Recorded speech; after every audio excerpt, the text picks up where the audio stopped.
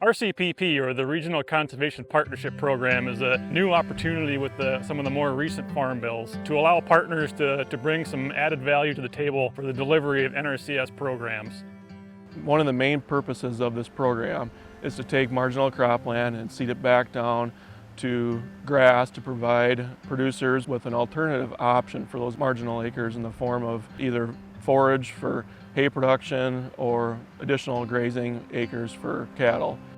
From a soil health perspective, seeding this back to grass is not only going to promote a lot of active biology below the soil that's going to filter runoff and nutrients that have ran off of other fields, but it's also going to promote a healthy environment above the soil. Healthy cattle, healthy humans, and a lot of healthy wildlife as well. It's going to produce habitat for everything from pollinators to bumblebees, to insects, to pheasants, to ducks, to deer.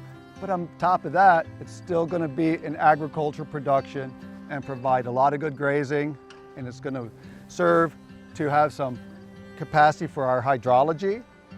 It's going to decrease soil erosion. It's going to filter any and all water that heads to the stream, and so it's going to have solid impact on water quality as well as soil health. Having that grass come back, it increases my stocking rates and my ability to be profitable for the future, and you're maximizing your efficiency on the ground, getting that soil health, whether it's crop ground or grasslands, in the best condition possible, the more profitable you'll be for the future.